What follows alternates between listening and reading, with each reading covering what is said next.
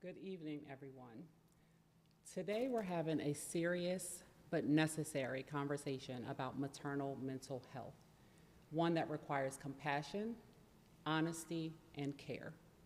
This episode discusses postpartum mental illness, the mental health crisis, and cases involving harm to children.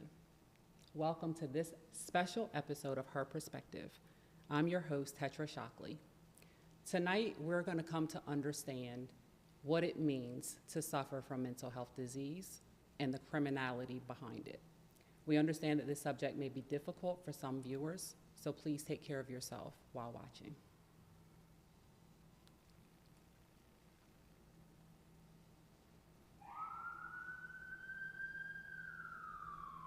Motherhood is often portrayed as one of the happiest moments in a woman's life, but the emotional and psychological challenges are not always discussed. Today, we're examining postpartum depression, postpartum anxiety, and postpartum psychosis, including how families can recognize warning signs and respond when there's a mental health concern. We'll also explore what happens when severe mental illness intersects with the criminal justice system. Joining me is a panel built exactly for this conversation. Tonight, we have Dr. Ashanda, OBGYN professor and national maternal health leader who co-chairs New York City's Maternal Mortality Review Committee. We also have Alicia Porter Esquire, partner at Kivioja, Shockley, and Porter Law, who will walk us through exactly what's happening inside the courtroom. And last, we have Sharece Sellem-Hannah, community health educator who works with organizations and communities. Our goal today is not to sensationalize tragedy or excuse harm. It is to understand the medical and legal complexities involved, honor the lives affected, and help families recognize when someone may need immediate support. Tonight's show is inspired by the Lindsay Clancy trial. We're going to start off trying to get an understanding and a basis of maternal mental health. And again, we have the perfect panel to help us do that. Ladies, welcome to Her Perspective. Thank you so much for joining us tonight. Alicia, I'm going to start with you. I advised our audience tonight that you're an attorney, a partner at Kivioja, Shockley, and Porter Law, where you specialize in criminal law, right? You're a criminal defense attorney. So before we start this conversation, can you explain to our audience who is Lindsay Clancy and what is happening with her trial and case that brought us all together tonight? Sure can. So in case you live under a rock, Lindsay Clancy has been tried for murder. She has 3 counts of homicide. One is her daughter, Cora, who was age 5 at the time, her son, Dawson, age 3, and her other son, Callan, who was only 8 months old. The defense is that she lacked criminal responsibility, and the prosecution has the burden of proof to prove that she did not lack that criminal responsibility and that she should be found guilty of all 3 charges. And what is, when you say that her defense is that she lacked criminal responsibility, Yeah. what specifically is she saying was, for lack of a better word, the cause of her actions? She's saying she lacked criminal responsibility because of her a mental illness or a mental defect. Okay. And so her defense is that she had this mental illness or defect and it caused her to not understand what she was doing. Okay. So thank you for that. I think it's important for our audience. Everyone may not know about Lindsay Clancy. Like you said, maybe they're under a rock and they don't know what's going on. So I just wanted I wanted you to have an understanding of why we're here and what exactly we're discussing when we talk about Lindsay Clancy. Also, we are live on our social media platforms, so please join the conversation. We will be checking in throughout the night to see what you have to say and see what your questions are, so feel free to check in with us on our social media platforms. Dr. Ashanda, I'm going to turn it over to you, our expert in maternal mental health. What changes happen emotionally after childbirth that people often don't talk about? Right, and I want us to really ground ourselves in this conversation to know that sometimes this happens during the pregnancy as well. It's not isolated to just after you deliver, right? And we want to also be mindful that this can happen if you have a live birth, a stillbirth, ectopic pregnancy, or a miscarriage. And so you have that fluctuation of hormones that can be very drastic, right? And that can change so many symptoms in your body. So again, there's sleep deprivation, so you are not getting enough cell recovery. You know, you may be caring for another person as well as a family, right? You may have teary moments, and you may have insomnia where you cannot sleep at all. You have mood swings. And so it is the totality of the hormonal fluctuations, the sleep deprivation, and then the changes. Now, we have something called the baby blues, right? And typically that lasts, you know, about a week, you know, in duration, but typically happens 3 to 5 days after you give birth, right? And then there is postpartum depression. But I want to recognize that 1 in 5 people, birthing people, women, can have what's called a PMAD, a perinatal mood and anxiety disorder, most commonly depression or anxiety. Okay. And Alicia, you followed the Lindsay Clancy trial pretty closely. And so with some of the things that Dr. Ashanda is describing that can happen and happens far too often in women during pregnancy, but in this case, we're talking about things that Ms. Clancy experienced after pregnancy. Have you heard any of these words that you're hearing from Dr. Ashanda show up in the trial? And if so, which ones? How are these symptoms playing out in this case? Absolutely. So one of the issues that I think is being argued between the state and the defense is it really postpartum? Because her first symptoms didn't manifest until about 4 months after she gave birth to her latest son, Callan. And so the DSM-5, I believe, is from what the testimony said, is that it's limited to 4 weeks. And then there's tons of other review books that extend that far beyond, almost to a year. And so the Commonwealth's experts said it's not postpartum. It's a, depressive disorder. And when you say Commonwealth, so for That's those the of us state. in Delaware or other states, not everybody lives in a state that has a Commonwealth. Right. So that would be like the state, the prosecutors. The state. Yeah. Yes. So like in Delaware, we have the state of Delaware. We call Right. them, the state, and I think in the Clancy trial, they call it the Commonwealth or the government. And so they are saying it's not postpartum because it's outside that 4-week window, and the defense expert is calling it postpartum because it started to manifest itself around 3 months, and then she started to get help at 4 months, and it was still manifesting itself, and so they consider that postpartum depression. Okay. And this question is really for any of you.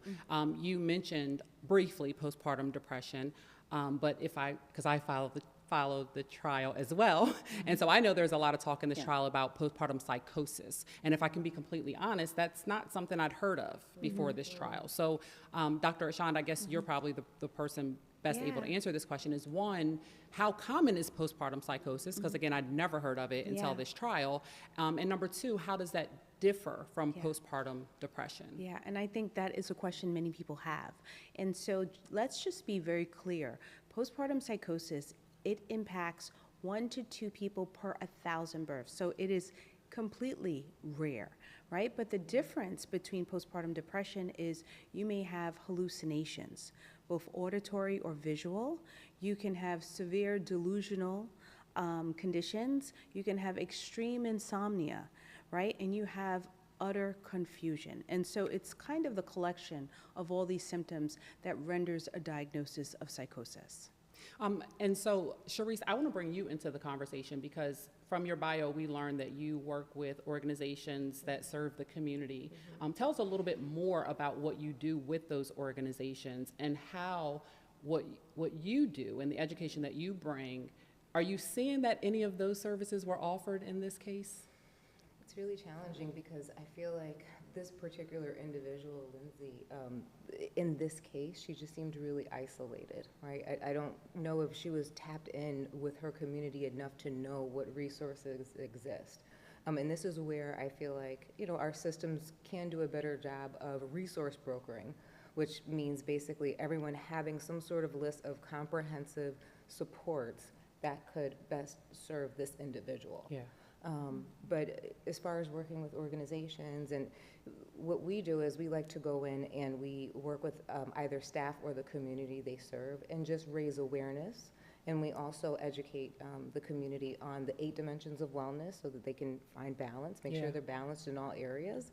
And we talk about burnout a lot. And I see a lot of that in this case as well. Yes. Just from what I've read on Yeah. it so far. Well, I'm glad you brought us back to that because Dr. Ashanda, you touched on these symptoms, and one of the things that you talked about was insomnia, utter confusion. There's certain words that you're using that, Alicia, I'm going to bring you back into the conversation because the words I'm hearing from Dr. Ashanda are taking me back to the trial. So again, you've been following closely. You've heard these words used in this trial as well. Oh, yes. Another word that was used by Dr. Ashanda was hallucinations. So Lindsay Clancy, part of her defense is that she was suffering from postpartum psychosis. What is your understanding of what of the symptoms that Dr. Ashanda pointed to that Lindsay was experiencing, if at all? No, she did not take the stand. So the defense had an opportunity, the defense rested, so she did not testify. But through some of the experts, you got to understand how she was feeling leading up to it, what her thought process was. And I'm sorry, when you say through the experts, these are people who had relationship with her. So these aren't people who are just, some of them are not people who are just speaking hypothetically about just anyone who might have these diagnoses. These are people who worked with Lindsay herself, correct? So Okay. the Commonwealth's expert was able to interview her and have a conversation with her, and she was open. They said that she was open, and she explained everything, and she was cooperative with them, and obviously she was with the defense expert as well. And so she told them both the same thing, that she had some hallucinations prior to that day that she did not report. And then she had the day that she killed her children, she felt she had a man's voice. It was the first time that she had heard this man's voice, and he was commanding her to kill her children. And he told her, now's the time to do that. And he repeated that over and over to a point where she felt like she didn't have control over her own self to say no.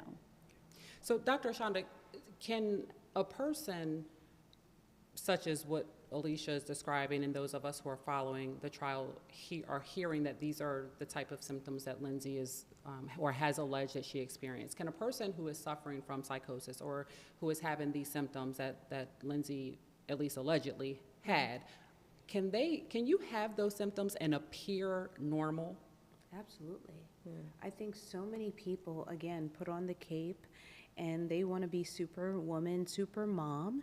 And so they sometimes defer their issues issues to take care of others. And so we see this all the time. And I think one of the things you brought up is many of us live in silos and live in isolation. So we're trying to cope, but we're coping in silence. Right? And so when you're trying to master all of the activities of the children, getting them to the hospital, to the doctor, to their appointments, to school, and preparing them, sometimes they forget themselves. So they may appear well, right? But they're struggling inside. And that is often done in silence. And I think we're struggling with you saying that you can be suffering from psychosis and appear normal. So help us to bring that together in our minds, because I think one of the things that people are struggling with this case is leading up to, as a matter of fact, the day of the murders, her husband said it was the best day she had had in months, that she appeared to be doing fine. So help us understand how she appeared to be doing fine. Right. She's having the best day she's had in months, but she's suffering from psychosis. Well, I think also that was his interpretation of how she felt, right? And so we know that we can do screening for depression with validated tools like the Edinburgh or the PHQ-9. We have tools to do it, but that doesn't mean that, number one, we get truthful answers. Again, a lot of that is based on trust. We don't know what that information is going to be weaponized against that person.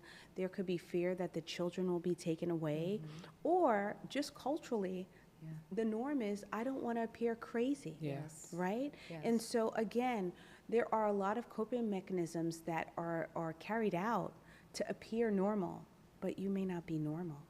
So it sounds like you can be suffering from something as extreme as postpartum psychosis and still take care of the children, still go to work, still pay your bills, still do the day-to-day things.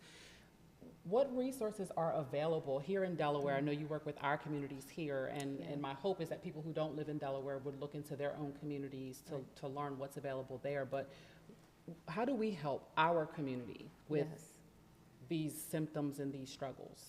This is a difficult question, only because we have so many grassroots programs and people don't know about them, so therefore there's this access issue, right? So there are a plethora of grassroots supports, and larger organizations can work with these organizations to then better provide access to individuals. But I wrote down a few. I know there are some women's focused programs. We have maternal health programs here in Delaware. We have suicide prevention. There was a policy that was passed recently, social policy, to support suicide prevention and post-prevention efforts.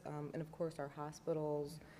There are support groups that I think are underutilized. We have plenty of support groups here, and mental health resources. Okay. And I'm going to come back to you later in the show, because if you could point us in the right direction to these resources, just in terms of where to go to look for that information, I think that's something that we need. Understanding postpartum illness is the first step. The harder conversation is recognizing when someone's symptoms become dangerous, not just for themselves, but for the people they love. So what I want us to discuss now is when mental illness becomes a crisis. Mm-hmm. So we've talked a little bit about what mental illness can look like, and again, we're just specifically talking about postpartum issues only because we're here to talk about the Lindsay Clancy trial, but we know that there are a wide variety of mental health diagnoses, or even we're going to learn that sometimes you don't even have to have a diagnosis, right? Porter will talk about that in a bit. There could just be a mental health defect that could lead to unfortunate circumstances. But what I want to know, Dr. Ashanda, is what do we look for to know that we've gone from there may be a mental health challenge here to now we're in a crisis? Right, and I think we kind of tackle that on several different facets, right? So as an OBGYN, we work closely with our pediatricians because they're going to do those baby checks, right? And they're going to see the mom, and a lot of times they give the depression screening as well. So what we are doing is restructuring postpartum care, right? And so typically, years ago, we would just see the patient 6 weeks postpartum unless there was a problem. But we are doing those earlier check-ins, the 1 week, the 2 week. We're doing the validated screening tools for looking for depression. But again, sometimes those screening tools could say everything is fine. Yeah. You know, I've had patients where everything on paper looks fine, but they don't look well to me. And again, you develop this very close relationship with your patients. Towards the end of the last trimester of their pregnancy, you're seeing them every week, right? We know what's going on in their lives. And, you know, there have been times where I've seen a patient a week after she had the baby. She tells me everything is fine. The screening tool says everything is negative, but she doesn't look well because I remember her before. And, you know, it could be something small as she looks unkept, she looks tired, she has bags, you know, her hair could not even be done. Yeah. And I've had patients who I will say, I want to see you next week. I just want to check in on you, right? Yeah. And I also kind of delve into what's her community, what's her support network around her. You know, is mom helping her take care of the baby? Who's doing shifts at night when the baby's up all night? Is the baby colicky? Is she breastfeeding? I mean, there's so many things. And I will tell you, by the 3rd week, she said to me, you know, I'm really not doing okay. And I said, it's okay. Yeah. And the thing about it is... But you were paying attention. Yes. And you'll see a lot in this trial that there were a lot of people not paying attention. And so, Porter, I want to come back to you because I want us to go back inside the courtroom. There are a couple, you're saying a lot, Dr. Ashanda, that for people who are watching this trial, like, you're triggering us because there's so much that you, no. What I mean is just that there's so much that you're saying that we've picked these nuggets up along the way. Like, Porter and I are both doing like this and looking at each other with certain things that you're saying. So, for instance, one of the things that you talked about was visits to the pediatrician. Well, Miss Clancy took one of the children to the doctor the day she killed the 3 children. So I'm not really sure in that case what that doctor missed, if anything. But so Porter, again, so we'll talk a little bit later more about the legal process, but for someone like me, one of the things that I've said about this trial, and I do want to hear your perspective on it, Dr. Ashanda, is that I struggle with the fact that from my perspective, there was a plan. I do not discount that there was a mental health issue here. I think it's clear and it's documented. And it started months before these children were murdered. So I 100% believe that there was a mental health breakdown here with mom that was not properly treated. My issue is that there appeared to be a plan. And what I mean by that is, for those who might not know, Miss Clancy killed her children at a time where she had sent her husband to go get dinner. And she sent him to go get dinner at a restaurant that they had been to a couple times before, but they had never had takeout from this restaurant. This restaurant was a little further away from home than the restaurants that they would normally go to for takeout. And so it just so happened that her opportunity to kill the children was during a time where I've sent my husband a little further away than I normally would have. And she put the address to the restaurant in her phone to get the directions, but this is a place you've been to before. So we both know where this place is, so why are you putting it in your GPS except to maybe know how far, how long is it gonna take him to get there and to come back? So help somebody like me, who if I'm on the jury, I'm sensitive to the postpartum, I'm sensitive to the mental health, help me understand, is it possible to be suffering from the psychosis and have this plan? Absolutely.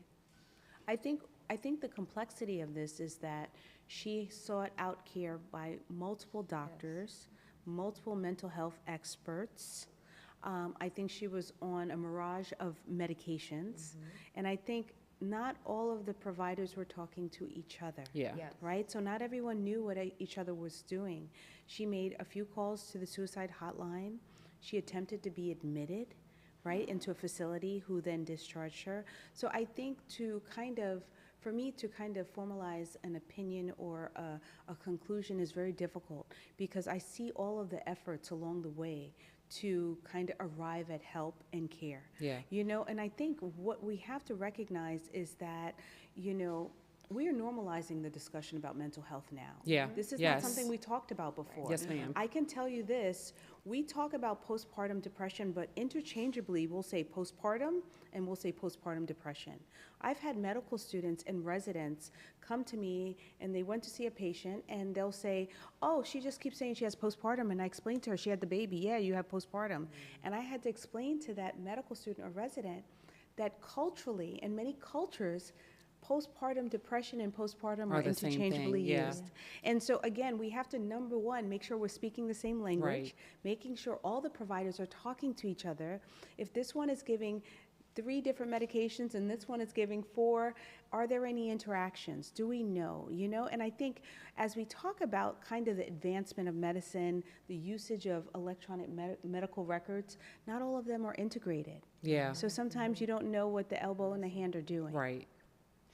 Do you, in your work, either help to bridge that gap that Dr. Ashanda is talking about, or if not, because that might not be your role to help to bridge that gap, are you seeing that gap exists? Oh, yes, absolutely. So I worked in the field of human services for over 17 years. There is a lack of a coordination model when it comes to healthcare, right? Like there are patients and clients that don't know what a referral is, right?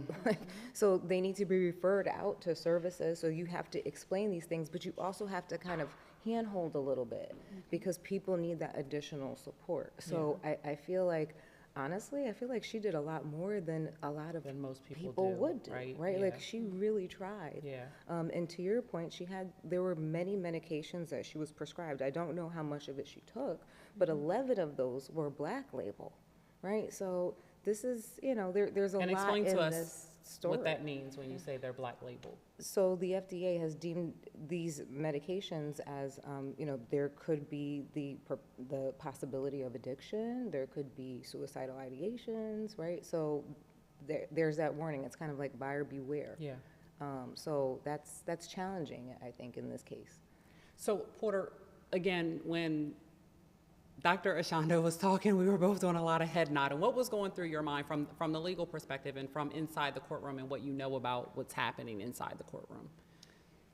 I think there is also a civil case that's going on too, and I don't practice civil law, but a lot of the case, I can see this civil lawsuit and where it's going and how it's going, and so I feel like some of these questions and how we miss these things is essentially their lawsuit, and there's two lawsuits. I think Patrick represents the children's interest. Patrick being her ex-husband her and ex-husband. the father of the children. Yes, and then Lindsay has her own lawsuit for her own injuries that she suffered, and so they're essentially suing the providers for missing all the signs, and I can see it, playing out in the trial because she wasn't necessarily forthcoming with all of her hallucinations. She was trying to handle things herself because she was afraid that if she was truthful, that her kids were going to get taken away. Yeah. And it's like, I think Dr. Ashanda talked about that is a fear, that's a natural fear that a lot of women have, and that's why they don't seek the help. Yeah. And so that actually, I was going to come back to that too, because I picked up on the fact that you talked about how a lot of times, as women, we don't speak up because of stigma, or people going to think now I can't parent my children, or people going to think now I can't do my job, or people going to, question. Or they're going to think I'm crazy. Or they're going to think I'm crazy. Yeah. They're not going to let their kids come over my house anymore because they think I'm crazy. Yes, Right. yes. And then culturally, there are many cultures that don't believe in mental illness. Yes. Or seeing a therapist. Right. Or taking a medication. Yes, Right. that's so true. And- Go ahead. And if someone is breastfeeding exclusively, they don't want to take anything that may impact their breast milk that could be passed down to the baby. So there are a lot of myths and misconceptions, especially a new mother has who is, sleep deprived. I mean, we have to kind of look at this in the totality of the situation because it's not just one facet. Agreed. Sometimes, despite intervention, or because intervention comes too late, a tragedy occurs. That's where medicine and the legal system begin to intersect. So Alicia, this is where I want to really bring the courtroom into this conversation. So first of all, why do you think cases involving, I want to say postpartum psychosis, but this is so rare that I don't know that it's necessarily postpartum psychosis, so maybe even postpartum depression, are so emotionally difficult for the public. This case has been very emotionally charged. Why do you think that is from just a legal perspective? Well, I think from an emotional perspective, it's hard for anyone to think, oh, this mother killed her children. That's why there's all these conspiracy theories that Patrick did it. It wasn't her. He switched his shoes. I mean, I've read all those things too. But I think from a legal perspective, it's hard because, she did kill her children. She's admitting to killing her children. And so why should she, because she's suffering this mental illness, because a lot of people suffer mental illness. Yeah. So does that mean, does this open the door that now anybody can be found, not guilty because they lack the capacity, from psychosis? Yeah. And so I will say this, that Massachusetts law is different. It is actually this lack of criminal responsibility. So I know where you're going, but I want you to hold tight for a second. Okay. I know I know we want to go there, but Yes. give me a second because you said some things that got my wheels turning, Okay, so I okay. want to have this conversation. I think it's so important to have the Patrick Clancy conversation because this is driving me crazy on social media, right? So as attorney, so I'm also an attorney, I practice family law, I dabble very, very gingerly in criminal. I leave that primarily to Alicia, but we get so, when the law is involved, it's very hard for people to separate out emotion. And the law is emotionless. It just is. And so attorneys generally have the ability to see things without the emotion. And so if you take the emotion out, Alicia and I were having a conversation that, number one, most women, even if we're suffering from psychosis, and it looks like she's receiving some kind of treatment now, are not going to admit to killing our 3 children if we did not kill our 3 children. Especially, we are 3 years removed from the murders at this point. She's getting some kind of help for her mental health. I would think at some point she would have said, I know I said I did it. I was drugged up. It wasn't me. It was Patrick Clancy. I just think that would have happened by now. I also think she has a very, very competent, if you're following this trial, she has a very competent attorney. And I don't think for one second, if there was this kind of, if the logic of the conspiracy theorists was in any way true, that this criminal defense attorney would let that pass by and not point the finger right back to Patrick. So I just think we kind of got to be done with that. I know we're not going to be, but I think we kind of got to be done with that theory. I have a question for you. Yes. Do you think it's possible that he's holding this information for a bombshell at the end, or is that just TV? No, I don't. I just think that, again, this isn't like this murder happened 6 months ago and we've rushed to trial. There's been a lot of forensic stuff and testing this and checking on the cameras to see who was where and where was his cell phone pinging, and he's in the CVS and he calls her, she doesn't answer, but then she calls him. I mean, I just think that at some point in 3 years, if no one else, her attorney, her parents, her parents who were there testifying in her defense would say, we don't think it was our daughter. So I love how we kind of rally as, as a people with these cases and take a position, but it's just not likely that that's what occurred.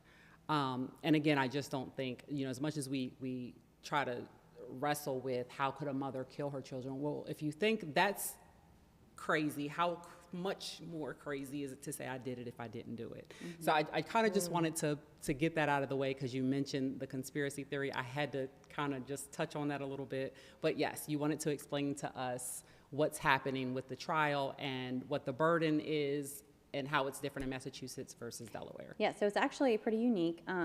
So when I first started watching the trial, I was like, I don't understand why this is coming in their case in chief. A case in chief is when the prosecution puts the evidence on before the defense has an opportunity to put on their evidence. And so the prosecution is putting on all this insanity defense and all this evidence of her mental illness. And so here in Delaware, the defense has a burden by the preponderance of the evidence to show that insanity, to show there's a mental defect, to show that, she lacked the wrongfulness of her actions. And that's not the way it is in Massachusetts. In Massachusetts, once the defense brings that claim and says, we claim that there's a lack of criminal responsibility, then it's now the burden of the prosecutor to prove beyond a reasonable doubt that she had the criminal responsibility. And the other difference is that not only does she have to prove, so here in Delaware, you prove that not only did you know that what you did was criminally wrong, right? In Massachusetts, it's an or.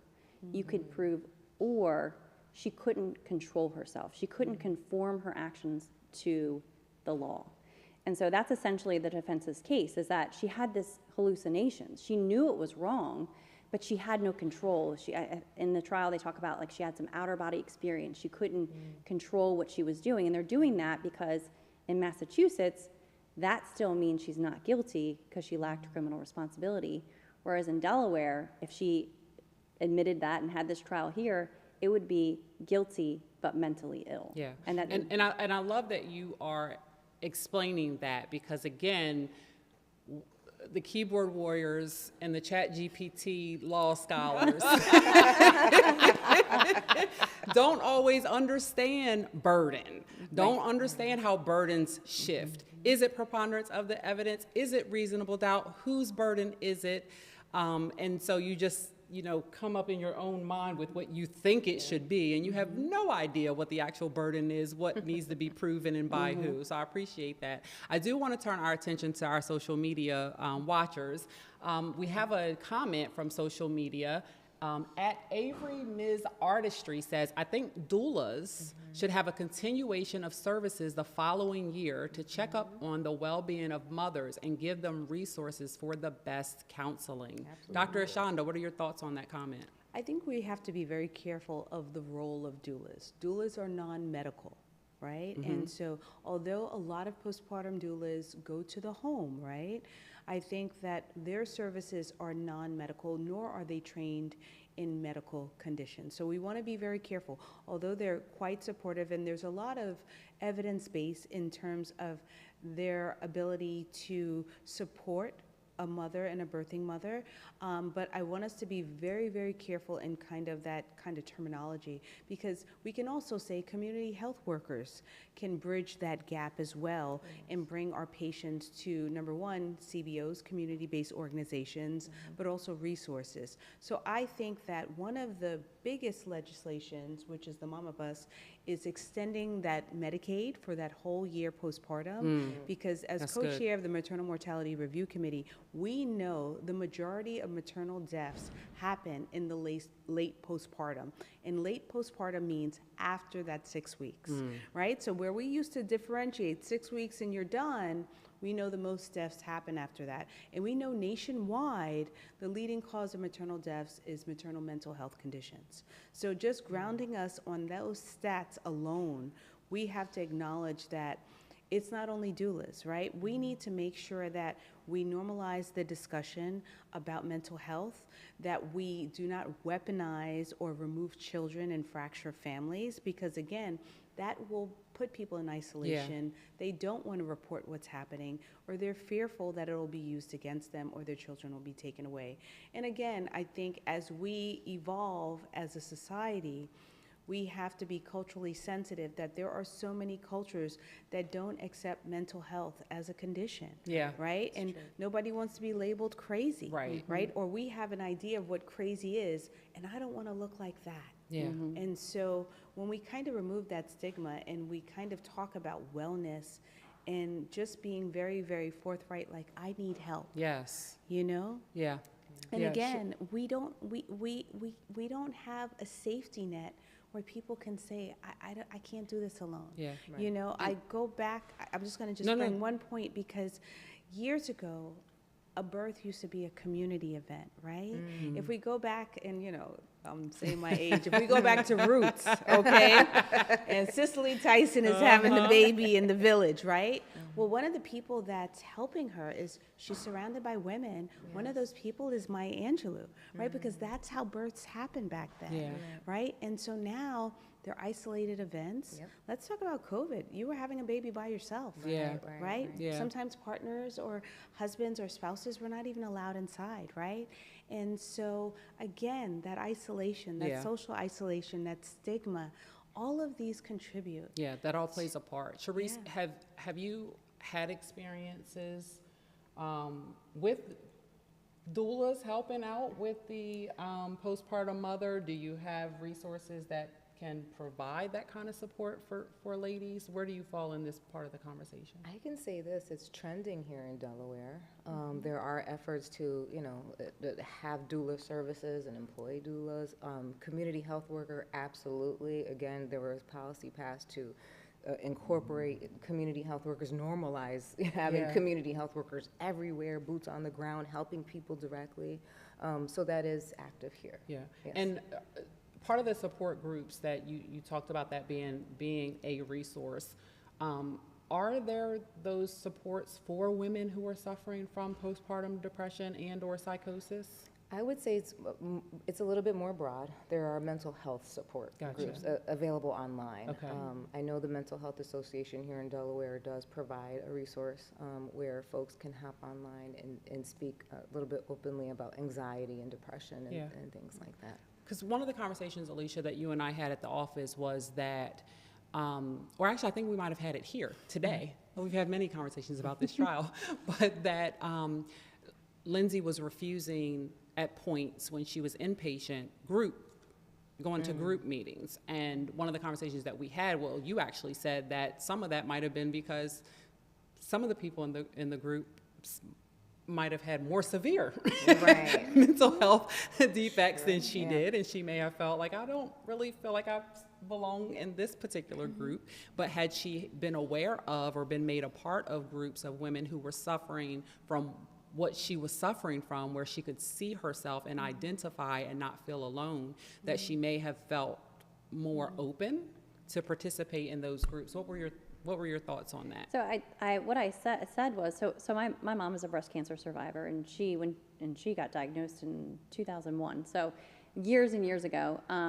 But she still sought out other people. She wanted to know what other people's experiences were, and she wanted to get into that community so that she could see what medications they were taking, what worked for them, just as a support group of like, hey, chemo was hard today, because the rest of us didn't know what that was like. Right. And so similarly, Lindsay Clancy, she's talking to her family and friends, but none of them understand what she's going through, and to have that support group to be like, to support her and say, I'm having the bad day too, Right. and have you tried this medication? I've tried this new counselor, she's working great for me. So I think that would have been phenomenal for her. Now, I do want to talk to you, Alicia, about, you had mentioned these different words: mental illness, not guilty, criminally insane, all this legal jargon that our viewers may not quite understand. So let me ask you, what's the difference between mental illness versus not guilty or not being found criminally responsible? So I guess what I'm asking is, can you have a mental illness, commit a crime, and be found guilty, even though you have a mental illness? And we all know the answer to that is yes. And so what, from a legal perspective, is the difference between that? Because people with mental illness, I mean, we probably could argue that everybody that commits serious crimes has a level of a mental illness. So what's the difference between that and then it transitioning to a place where you could be found not criminally responsible? So just having a mental illness in itself doesn't qualify you for lack of criminal responsibility, not guilty by reason of insanity, or even Delaware's guilty but mentally ill. So to qualify you, you have to be, there's a standard. So you either have to not understand that your conduct is wrong and criminal, and so you would do that. I think she talked about delusions is what I see it, and from a medical perspective, she can talk about more of that, but it's where you lack reality. You don't really realize what you're doing is wrong. And so that's a really high burden, because most of us understand what we're doing is wrong, and even Lindsay Clancy understood what she did was wrong. She admitted that. But then that next layer down is, I knew it was wrong, but I couldn't control myself. And so when you're suffering from a mental illness and you have some type of hallucination or even delusion, that you know what you're doing is wrong, but you just can't control yourself. I think you and I talked about that. We with did. Like, And I want to use it as an example. So Alicia and I both have boys, and they both have been diagnosed with ADHD. And we both had experiences where, especially when they were younger, they're older now. Jaden's 15, Jax is 13, I think. 14. But when they were probably 2 and 3, we both experienced where we know they knew better because we know we taught them better, but they would still jump up on the table and jump off the table, do it anyway. even though they knew better. But we came to realize they couldn't help it. There wasn't the ability, there was the thought go. There wasn't that thing that said stop and process and think about if this is a good idea. And so we use that as an example, but to say, so then where's the line? Where's the line between, there won't be criminal responsibility because you couldn't have that stop and process, versus you are going to be criminally responsible even though you couldn't stop and process? So- What's that line? So here in Delaware, I mean, what you just said, what happened with Jaden and Jackson, and their inability to stop their actions, and then when you would ask them, that's wrong. Yes, I know it's wrong. That is the same thing we're saying that happened with Lindsay Clancy. She knew what she was doing was wrong, but she didn't have the ability to stop and control it. And so here in Delaware, she's guilty but mentally ill. And what that means is, if she's guilty of murder, she serves a life sentence. And because she's guilty but mentally ill, she goes into a psychiatric center until she's stable enough and then she transfers to DOC, the Department of Corrections. But in Massachusetts, it's different. So that same scenario that we just talked about in Massachusetts, she is not guilty because she lacks criminal responsibility, and she could be sentenced to a psychiatric center. But once she's better, if she ever gets to that point, she's released to society with no criminal charge. Wow. And so again, that's important to understand. It's important for people to understand the distinction, and also understand that even if you do know the law in one particular state, that doesn't mean that that's how another state handles things. And so I appreciate that explanation. I hope that clears, I know it, us talking about it cleared it up for me, and I hope it does for our audience as well. Before we transitioned, do either of you ladies have something you want to add to this part of the discussion? No, I just think that's so helpful. Yeah. Because that is the part that I didn't understand. Again, I'm coming from a medical perspective, but understanding the legality of what's happening, that kind of changes and shifts kind of how I'm viewing, and then even as I view forward. So thank you. Yeah. And before we transition, let me ask one more question about this. And this is for whomever may know, because I don't know if based on your experience you know, and with you being a lawyer, if you know, how do forensic experts determine someone's mental state during the crime? Right? So you can interview someone after the fact, and they'll tell you whatever they tell you, but how do these experts determine what was happening? Like, for instance, to say she was experiencing postpartum psychosis at the time she killed the children. It's a great question. How do you determine that? So I actually watched how they did it in the Lindsay Clancy trial. I've never actually had a trial where that was the issue. But it's day 18, in case anybody wants to watch that. They had the defense expert testify about, he interviewed Lindsay Clancy, asked her questions, reviewed her whole history, reviewed all of the police reports, and he made a determination and his determination was that she was under psychosis, and it's because she had this irrational belief that her kids would not be well without her. That she did all these things. She researched how, to put them in different sports and music lessons, and scheduled their day just right, and made sure their food was perfectly cut, and all these different things to schedule them to make sure they were going to be good humans. And she was the only one that could do that. And if she didn't survive, they wouldn't be good humans. And so she had this irrational thought, and then so the defense expert said, because she had that irrational thought, and then these auditory hallucinations telling her to kill the children, that coupled made him believe that she was under psychosis. So he used the evidence that was there to say, and he actually wrote a book, and they referenced it in the trial. That was he wrote the book prior to Lindsay Clancy, and it actually talks about that specific thing, that those two things coupled makes that psychosis, and that makes it his opinion that it lacked criminal responsibility.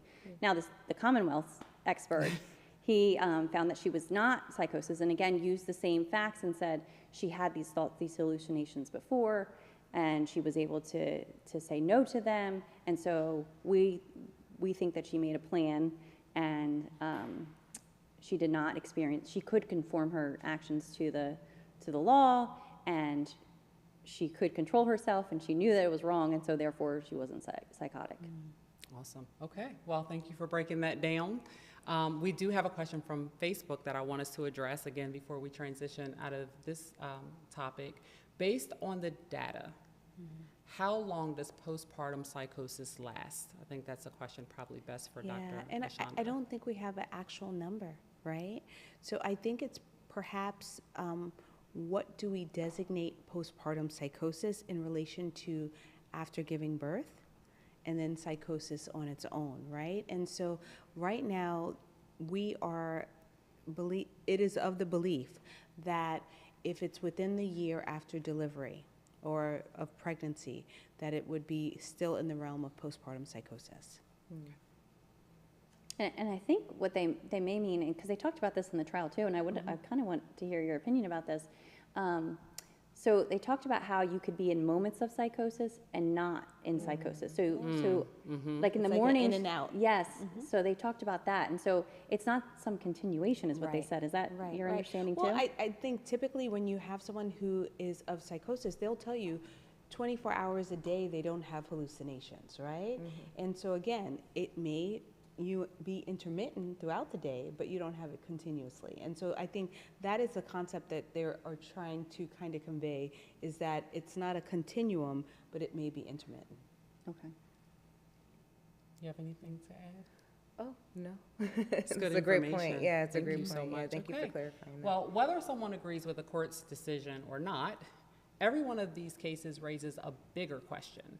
How do we prevent families from ever reaching this point? So at this point, I want to talk about prevention, healing, and hope. Dr. Ashanda, I don't know if there's an answer to how we prevent it. Yeah. But I hope you have some insight into to helping I us. would say number one, we need to standardize and normalize the conversation about mental health and wellness, right? And that's during the pregnancy and then after, right? And so a lot of places, they are doing depression screening or anxiety screening using the GAD-7 during each trimester of the pregnancy. Some are doing it at each visit, right?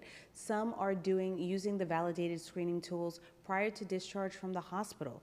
They are doing earlier postpartum visits. Instead of waiting the 42 days and the 6 weeks, we are seeing patients 1 week or 2 weeks.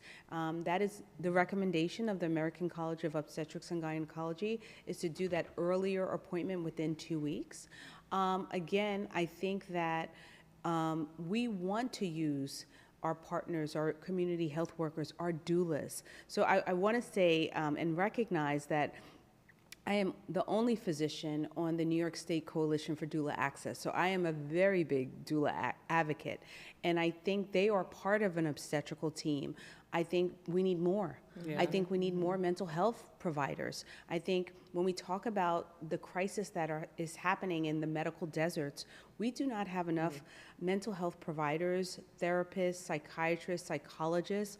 A lot of what we're doing in this space is doing integrated medicine models because we don't have enough. Yeah. So we are training obstetricians to do depression screening, but also to start the medication because we don't have enough mental health providers. So I think, and then when we talk about that, we also need to talk about not every provider is accepting new patients. They may Yeah. not accept your insurance. You know, telemedicine has worked wonders, especially during the pandemic of COVID, where we really elevated medicine to that telemedicine platform. It's still not enough. Yeah. Right? And then if we kind of interject the social determinants of health, there are language barriers.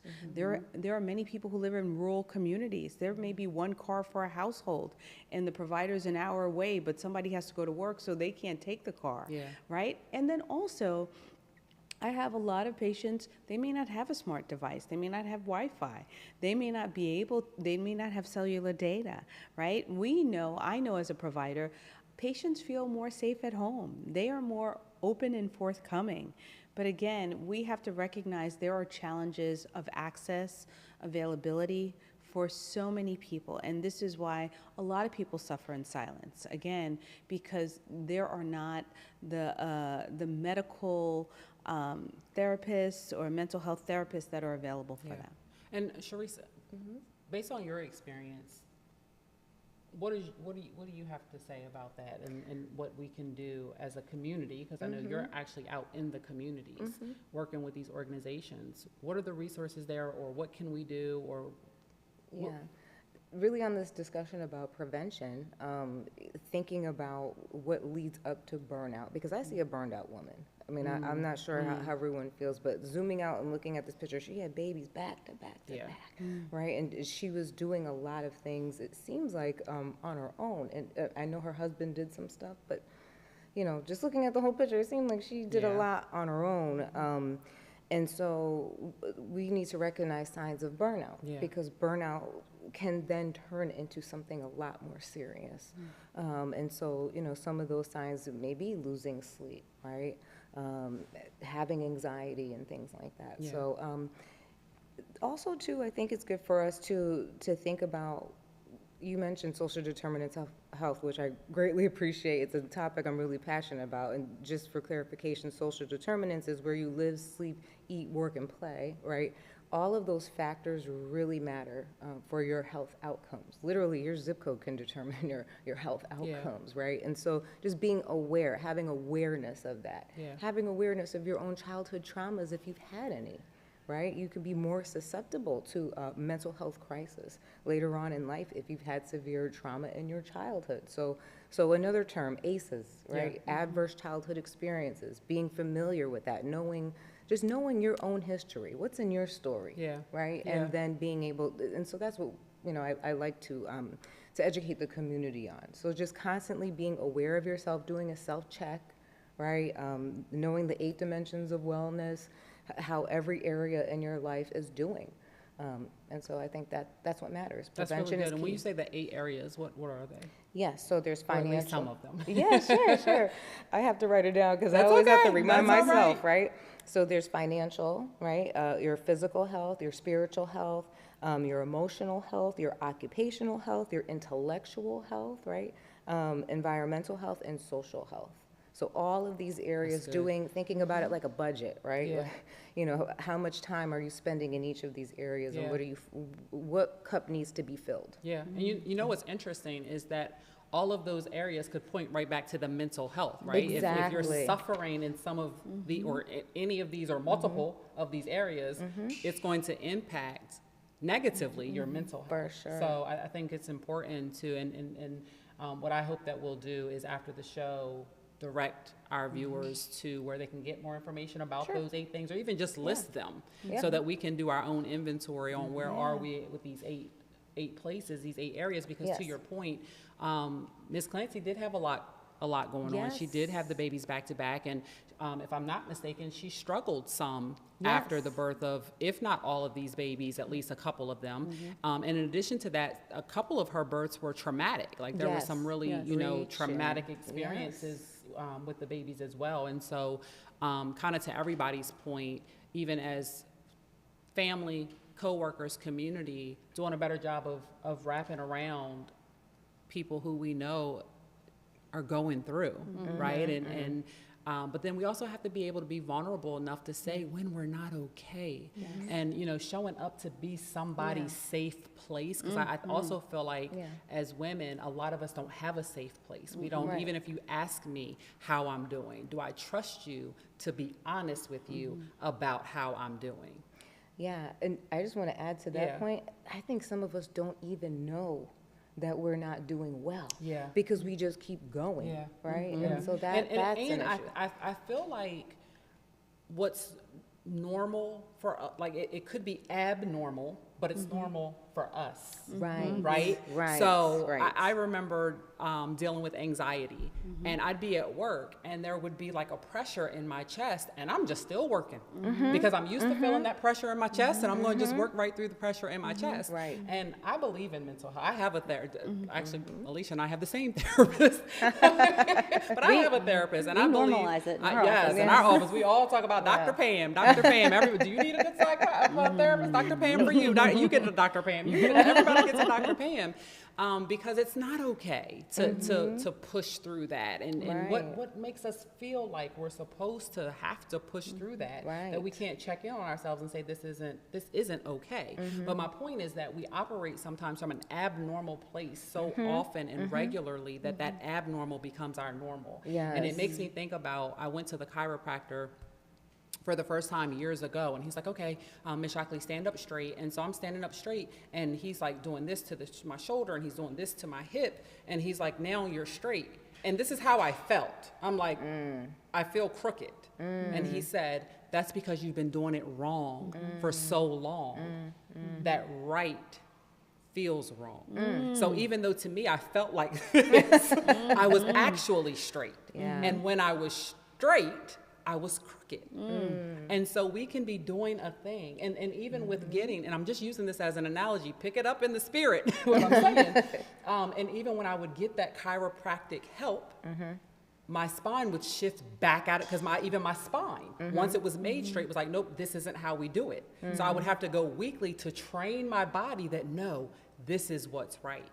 And so I think that shows up in our mental health so much, and we start to identify with what's wrong with us. This is just how I am. I just have chest pains, or I just am antsy, or I just am, and we start to accept that as part of who we are, to the point that we don't think we need help. Absolutely, yeah. And it is nice to have friends to be able to talk about your mental health with.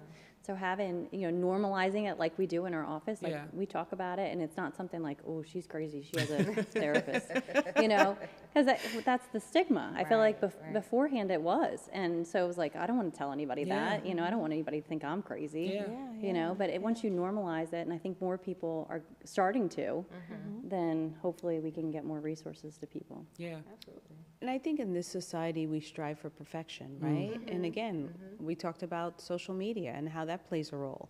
Like everyone appears perfect. And so everyone wants to be the perfect mom. I got the bottles ready, I'm breastfeeding, the diapers are ready, everything is washed, the baby's sleeping. But how many times have someone said, how are you doing? And you're like, I'm fine. Right. 'Cause Yeah. that's our automatic response. Right. Do we really say what's going on, right? How many times do people appear normal, right? As if everything is going fine. They're going to the gym, right? Yeah. That's what she did. Yeah. But they're dying inside, right? And so it's really, really delicate when we kind of delve into what is really happening in someone's life, right? Because can I trust to tell you this? What will you do with that information? Will you write it in my chart? Will someone bring it up later? Right? Will there always be in my chart that this happened? This often happens with kind of talking about substance use or all these things that can be used, right? And I just wanted to go back to what you said about trauma, right? And generational trauma and stressors, right? We know what weathering does. Weathering is, generational toxicity and traumas that impact somebody's medical condition.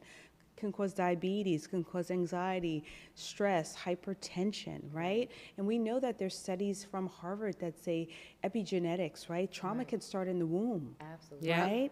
So as a baby is growing in its mother's womb, but being exposed to trauma just from what the mother goes through. So there are so many layers to this, but I really want us to really think about how many times when someone says, how are you doing, you say fine. Yeah. And look, I think it is okay if somebody asks how you're doing to say fine, because not everybody's a safe place to share with how you're actually doing. But I think it's important to make sure you have people in your life that it is safe to say, I'm not doing fine. I'm not okay. And let me tell you why or what's going on or what have you. So I think, we're not all going to just spill on every single person who says, how are you doing? But it's important to have a community of people who you can share how you're feeling. And you never want to unload on the wrong person, Right. right? Because they're like, listen, that's not what I asked. I didn't really want the answer. I wanted you to tell me fine. So I'm going to close out by asking each one of you one final question. But before I do that, is there anything else that you want to share, either about this case or about mental health, community resources, the law, how it all intersects, that you didn't have an opportunity to share by way of the questions that I asked during this show? Well, I would just like to say, as an obstetrician, motherhood is not an easy path. It is a journey. And what I would really, really advocate is, make sure that you have a community around you, whether that's your healthcare provider, whether that's your doula, whether that's your community health worker, but know that you should never feel alone, be alone. There should always be help out there for you. Thank you. Anything you want to add? I want to be like Red when I grow up. They're calling him Big Red, right? Yeah, Big Red. So Reddington is the defense attorney, in case anybody doesn't know that. But yeah, I think there was they were making shirts for him or something. Yeah. He's really good. Yeah, he's doing a great job. That's awesome. Well, a dose of prevention is worth an ounce of cure, right? So, being preventative, right? Taking the measures, taking the steps, doing a self-check, checking in with yourself, Yeah. and thinking about those 8 dimensions of wellness. What is your budget looking like Yeah. in those areas? So again, I want to ask each one of you just one final question, because these questions I think are important to wrap up this conversation, and I want the audience to hear at least one of you answer each of these questions. So I'll start with you, Sharece. What support systems do you think every mother should have after childbirth? Ooh, access to healthy relationships. Healthy relationships, people that you can trust. And I know that's hard because not everyone has that. Yeah. But that, and as well as a wellness toolkit, like your go-to for when you are feeling low or you're experiencing crisis. Yeah. Like, what are some key things that you can identify that you're going to do so you're not trying to scramble around last minute while you're experiencing the moment? And for people who feel like they don't have that safe place, because to Dr. Ashanda's point, there are some cultures and families that just don't believe in talking about your feelings. There are some cultures and families that don't believe in therapy and mental health. And if that's what you have around you, if that's the kind of village you have around you, that's not a safe place. Right. Do you have any resources, recommendations for the person out there who doesn't, that genuinely feels like, I don't have anyone? Where can they go to look for that support? Honestly, it starts with a call to 211. And then from there. So tell us what 211 is. It's an emergency hotline, really, for any emergency services that you may be experiencing, if it's mental health, anything. You just call there, and then they can direct you to the proper resources. I love that. So, because again, people might not know a therapist, and we've talked Right. about how the fact some people don't even have a primary care. Right. If something's going on with them, they just go to urgent care or the emergency because they don't Right. even have a primary care They don't have OBG, provider. So yeah. I love that information, 211. Alicia, my question for you is, what do you hope women understand after watching today's conversation? I hope they understand that this is, mental health is okay, to talk about your mental health is okay, and that there are resources available to reach out to your doctors, to normalize this. I would love for there to be support groups for postpartum mothers, even whether they're postpartum depression or they just postpartum in general, because they experience a lot of things even if they're not necessarily, they don't think they're depressed. Yeah. Right? Because a lot of us don't think we're like, oh no, I'm not depressed, I'm just busy, or I'm just lack of sleep because my baby doesn't sleep, Yeah. right? And so that would be to normalize groups where mothers get together and they talk about these things, Yeah. and they Yeah. have, their children can have little play dates even though they're just babies. But I think that would be my hope. And Dr. Ashanda, we talked a bit, not as much as I would like to have had, but this case is so complex we can't cover everything in this one setting. But if you follow the case, you recognize, at least in my opinion, that Patrick Clancy was a little too clueless for me about what was happening with his wife. He just didn't know enough. And whether that was his fault or not, he just, in my opinion, didn't know enough. So my question to you is, what do you wish every partner understood about postpartum mental health? Wow, I think that's a great question. I think before I answer it, I want to recognize that there are so many mothers, despite having a partner, maybe not being a single parent, but still they feel alone. Yes. And they are alone. So what I want the partners to do the work too. Yeah. Right? I want them to kind of not only help out with the physical activities or the labor that's needed at home or caring for the children, but also caring for the mothers, caring for their spouse. Right. How many times do I have patients where they're clearly sleep deprived, but there's two members at home. There's a lot of, leaps and bounds we've made for paternity leave. And so men get that time off. So, are they helping out, right? And I think there's also a myth and misconception that if the mother is exclusively breastfeeding, dad gets to sleep the whole night. Right.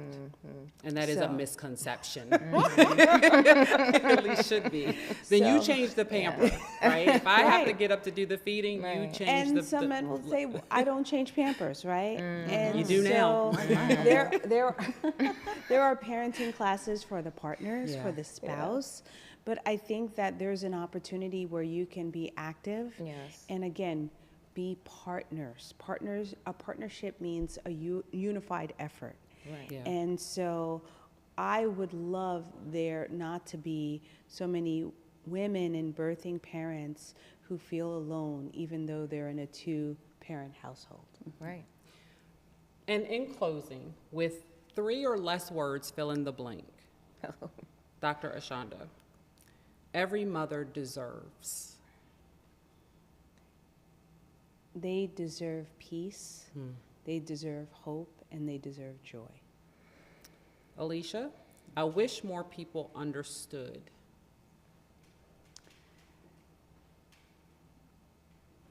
Mental health. Sharece, asking for help is... Advocacy, and it's self-care. And I say healing begins with honesty. Thank you all for helping us approach this difficult conversation with clarity, compassion, and care. If there's one thing we hope every viewer takes away from today's discussion, it's that maternal mental illness is not a personal failure, and no mother should have to suffer in silence. Asking for help is not a sign of weakness. Recognizing the warning signs and responding early can make a meaningful difference for mothers and their families. If anything discussed today feels familiar to you or reminds you of someone you love, please reach out to a qualified healthcare professional or trusted support system. If you believe someone may be in immediate danger, seek emergency assistance right away. There is no shame. We're going to leave you with resources that can take you to the next step. And we thank you for joining us for this special episode of Her Perspective. Please take care of yourself and one another. And if you or someone you love is struggling in any way with mental health, call or text 988 for the Suicide and Crisis Hotline. And the Postpartum Support International telephone number for those who need it is 1-800-944-4773. On behalf of my guests, I am Tetra Shockley. I thank you for your time tonight, and thank you for joining us on DETV's Her Perspective Special Edition. Have a good night.